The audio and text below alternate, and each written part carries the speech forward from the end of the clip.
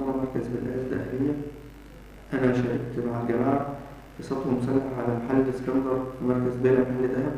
كنت سايق العربية بداية الملامس، كان لونها رصاصي، وكان في العربية أحمد السجيني والحرف بتاعه مصعب وحسن عبد العال والحرف بتاعه سعيد وممدوح عبد الموجود والحرف بتاعه ياسر.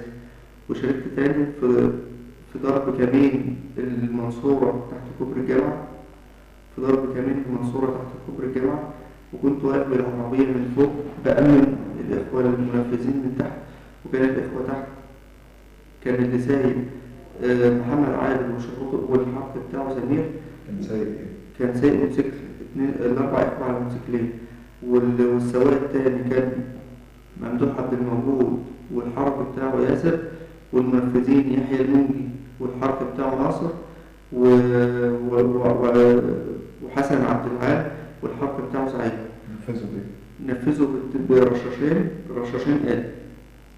والجماعة قامت في المحافظة بتاعتنا بمجموعة عمليات، منها وهي سطو مسلح على مكتب بريد بالقاس وأخذ منه $500,000 جنيه، وتفجير المديرية الأول، وتفجير وضرب كمين جريرة، وتفجير المديرية الثاني. وأحمد السجيني قال اللي هو قام بمجموعة عمليات في إسماعيلية، قال اللي هو قام بضرب عربية نيفا كان فيها 4 جنود من الجيش، وسطو مسلح على عربية نقل أموال كان فيها 1,300,000،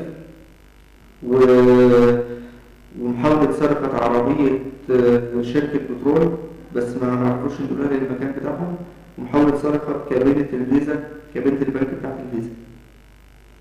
وأحمد السجيني قال لي اللي هو هيقوم بعملية تفجير المديرية قبلها بأسبوع، وفي نفس اليوم اللي هيقوم بالعملية خدني بموتوسيكل عشان يطلع يجيب العربية من بره. طلعنا بره لقينا العربية. نعم، العربية اللي هتقوم بالتفجير، تفجير المديرية اللي هي نوعها ربع الدبابة. طلعنا بره لقينا أبو عبد الله راكب العربية قدام واحد اسمه ياسر، وموتوسيكلين عليهم 4. أحمد سائر الموتوسيكل عشان يبقى دليل أبو عبد الله يركن العربية، وركن العربية في شارع قناة السويس. وبعدها أبو عبد الله مشى، وأحمد راح يجيب الانتحاري اللي هينفذ العملية اللي كان قاعد في مينية سمنود هو وسعيد قبلها بيومين، وقام بتنفيذها.